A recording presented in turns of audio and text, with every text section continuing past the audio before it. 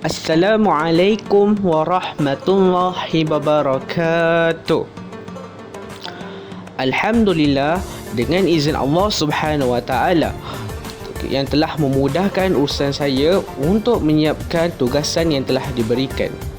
Hari ini saya akan memperkenalkan seorang tokoh yang telah berjasa dalam menyampaikan risalah dakwah Islamiah di negeri Johor. Siapakah beliau? Mari kita saksikan. Terlebih dahulu, ingin saya memperkenalkan diri saya, iaitu Muhammad Rostam bin Abdullah, dan seterusnya yang saya hormati Ustaz Dr. Haji Muhammad Azman bin Mohsin sebagai pensyarah dalam subjek dakwah Islamiah, dan seterusnya yang berbahagia iaitu Ustaz Haji Jaafar bin Judi sebagai tokoh dakwah. Terlebih dahulu, mari kita kenal siapakah Ustaz Haji Jaafar bin Judi. Nama diberi ialah Jaafar bin Judi. Beliau dilahirkan pada 11 November tahun 1960, bertempat di Rengit Batu Pahat, Johor. Beliau sudah pun berkahwin dan mempunyai 3 orang cahaya mata. Seterusnya, beliau mendapat pendidikan pertama beliau di Sekolah Kebangsaan Seri Belahan, Jalan Parit Haji Muhammad, Kampung Sungai Melong, Rengit, Johor. Seterusnya, beliau menyambung pengajian beliau di SMK Parit Betak, iaitu Jalan Tampuk Darat Parit Betak di Pontian, Johor. Dan beliau menyambung pengajian beliau di Kolej Vokasional Pertanian Rembau Negeri Sembilan dalam pendidikan pertanian.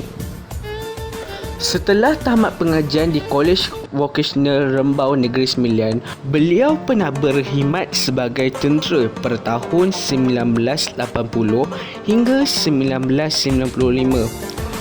Sebelum beliau membuat keputusan menyambung pengajian di Madrasah Al-Suhaliyah pada tahun 1995 hingga 2007. Dan selepas tamatnya pengajian beliau telah membuat keputusan untuk membuka sebuah tahfiz pada tahun 2011 atas saranan yang diberikan oleh gurunya. Antara sumbangan beliau ialah pernah berkhidmat sebagai tentera, iaitu pada tahun 1980 hingga 1995, iaitu selama 15 tahun. Dan beliau pernah bertugas sebagai imam masjid daerah Bandar Pontian. Seterusnya, beliau merupakan pengasas Madrasah Tahfiz Haji Jaafar. Beliau juga pernah berkhidmat sebagai mutahwif membawa jemaah haji dan umrah. Dan akhir sekali, beliau merupakan pembimbing zikir Tarikat Qadariyah Nasabandiyah di sekitar Pontian dan Johor Bahru. Seterusnya, mari kita dengarkan kisah perjuangan beliau dan ujian yang beliau hadapi dalam menyampaikan dakwah beliau. Buat dulu arahan, bila kalau tahun 60-an, 70-an, kalau amalan orang kata tarekat sesat. Jadi pihak Jabatan Agama masa tu muftinya Datuk Nur Gadut mengarahkan kumpulan tarekat ini untuk cari di mana dia punya asal usulnya, mana nas dia, mana kitab dia. Jadi masa tu diarahkan guru saya. Jadi oleh kerana saya tu baik dengan dia, saya sentiasa dengan dia, dia bawa pula pergi Indonesia untuk cari ni. Cari di mana pusat yang turunnya amalan ni, daripada mana sampai ada, kalau di Indonesia sana amalan ni ada salah silah dia, urutannya sampai ke Rasulullah. Saya belum belajar ni turun ke sini sampai sekarang. Jadi sebarkan itu sampai ke Rasulullah. Ada dia punya salah silah dia. Kalau di Indonesia sini, Indonesia tak ada. Di sana memang ada. Jangan pergi Indon banyak kali, 4-5 kali. Nah, kita cari di mana tempat-tempat ini yang diorang amalkan ni, mana kita buat ni lah, Jumpa tak Ustaz tempat? Jumpa. Lepas tu baru dapat keluarkan kitab tu. Baru amalan ini diwartakan, boleh diamalkan. Buat kajian mana benda ni tak sesat, tak menyeleweng. Baru kita sekarang ni sampaikan di masjid-masjid di surau-surau negeri Johor. Memanglah ujiannya banyak lah. Mana ujiannya memang banyak. Sebabnya kita duduk di kampung. Jadi masyarakat yang tak ada ilmu ni dia pun takut. Besok nak makan apa anak dia tu? Orang yang takut. Jadi pasal kita tak kerja, memang saya tak kerja. Saya memang, tumpuan saya memang belajar je. Jadi mana orang yang tak ada kekuatan tu lah, mana dia yang takut besok anak dia matilah tu nak makan apa. Tak apalah, orang dia tak tahu. Memang kalau ikut hukum akal, tak kerja nak makan apa? Tak kerja tak dapat duit, nak makan apa? Jadi kan itu sudah salah. Sekarang kita yang beri rezeki siapa? Kalau orang yakin dengan itu, orang tak bimbang. Tapi dia, kebanyakan orang awam ni, kalau tak kerja, tak dapat duit. Tak ada duit, nak makan apa? Dia lupa kepada Allah. Tapi kita diberi tarbiyah oleh guru, yakin. Orang yang ada akal, fikiran, orang yang tahu dia tu orang beriman, takkanlah kita nak buat macam ni, anak tolong. Nak buat bukan untuk saya, untuk anak-anak nak kenal Al-Quran. Bukan tak nak tolong dah lah. Makin nak dihina, makin nak dirobohkan, makin nak dirosakkan. Kan macam mana? Orang Islam bukan orang Cina. Sedangkan orang Cina pun bagi tanah. Betul. Tanamlah. Sebenarnya orang Cina di depan ni. Sepadan sini orang Cina, jiran saya ni. Cina tu bagus. Kalau dia mau tanam tanah dia. Orang Melayu. Orang Islam. Kalau boleh nak pijak-pijak. Ni. Sebab guru saya pun dulu, dia nak jadi guru tu pun ujiannya Masya Allah. Jadi dia pun salah satu guru dia tu, salah satu daripada guru dia tu, bapa Datuk Mufti, Datuk Tahrir, Kiai Samsudin. Itu salah satu guru kepada guru saya. Dia cerita tu lah. Dia nak jadi guru tu, Kiai Samsudin tu bukan senang. Ujiannya tu. Orang dulu mana ada, dulu susah, ambil upah, nak ngaji, ambil upah, nak makan sayur tanam sendiri. Bukan ada orang nak bantu. Dia kata, itu semangat yang diberikan oleh guru saya lah. Dia kata dulu masa dia belajar dulu, orang Islam semua tak nak tolong dia. Dia tengok orang bodoh ni semua menyampah. Orang kafir pula yang tolong dia. Bagi kerja, suruh bersihkan kebun, dapat duit, boleh beli kitab, boleh beli makanan. Orang Islam tak nak bantu. Macam itu sekarang. Mental kita yang orang Islam. Guru saya pesan dua perkara ini. Sebenarnya kau pun ambil lah pesanan ni. Dia tak bagi duit, tak bagi apa. Dia kata, engkau sekarang dah nak berhijrah. Dah nak keluar lah. Dah negara dah 12 tahun dah belajar.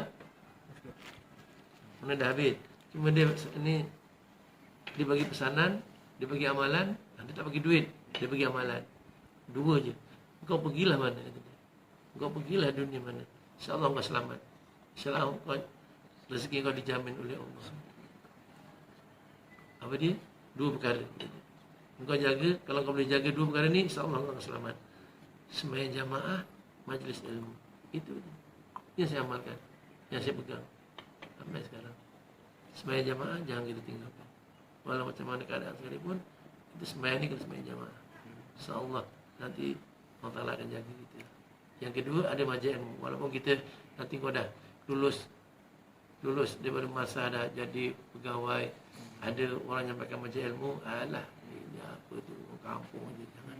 Mana kita duduk nak berkatnya. Kalau kita, yelah kita memang kita dah tinggi pelajarannya. Yang pakai tu mungkin ilmunya lebih tinggi pada kita, tapi kita jangan sombong. Mana kita duduk, insyaAllah. Mana majlis ilmu, yang ilmu Allah Ta'ala jangan kita sombong. Jadi mana kita duduk tu, mana kita dengar, mana yang kita patut ambil itu ambil. Kalau kita dah tahu, ya Allah betul. Mana ilmu yang kita belajar tu dengan ilmu yang dia cakap tu betul. Jadi ini semua amalan lah daripada guru. Ialah pasal saya cerita yang satu-satu benda yang pelik lah, yang ada pada karomah orang alim guru saya tu. Saya cerita dengan Dr. Azman, mana saya selama belajar dengan dia, ikut dengan dia selama 12 tahun, dia tak pernah sakit, tak pernah demam ke, tak pernah apa selama 12 tahun. Inilah benda yang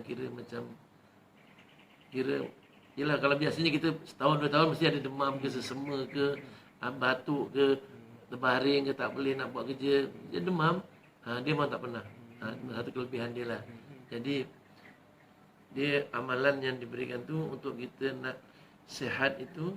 Jadi Rasulullah bersabda, ad-du'a baina adzan wal iqamah la turaddu. Yang maksudnya doa di antara azan dan qamat itu tidak ditolak. Jadi apabila Rasulullah menyampaikan hadis ini kepada para sahabat, jadi sahabat pun tanya, ya Rasulullah, doa apa yang paling baik kami nak minta? Dan ini yang Rasulullah jawab, doa yang terbaik antara azan dengan qamat sebab tidak ditolak, yaitu Allahumma inna nas'aluka al-'afwa wal afiyah, yang saya amalkan untuk kesehatan. Ya Allah, berikanlah kami keampunan dan kesehatan. Maksudnya itu antara azan dengan qamat. Pada Rasul kata tak ditolak. Ya, tak terima. Kalau kita minta sehat, alhamdulillah. Jadi kalau tuan nak sehat, amalkan doa. Sekian daripada saya. Moga-moga apa yang disampaikan oleh Ustaz tadi dapat memberi sedikit sebanyak manfaat pada diri kita. Di samping itu, mari kita berdoakan supaya Allah Subhanahu Wa Taala merahmati Ustaz Haji Jaafar bin Judi serta keluarga beliau dan memudahkan segala urusan beliau dalam menguruskan sekolah tahfiz beliau. Moga-moga niat suci beliau dipermudahkan oleh Allah Subhanahu Wa Taala. Jangan lupa subscribe dan share pada yang lain dan bertemu kita pada masa yang akan datang. Assalamualaikum.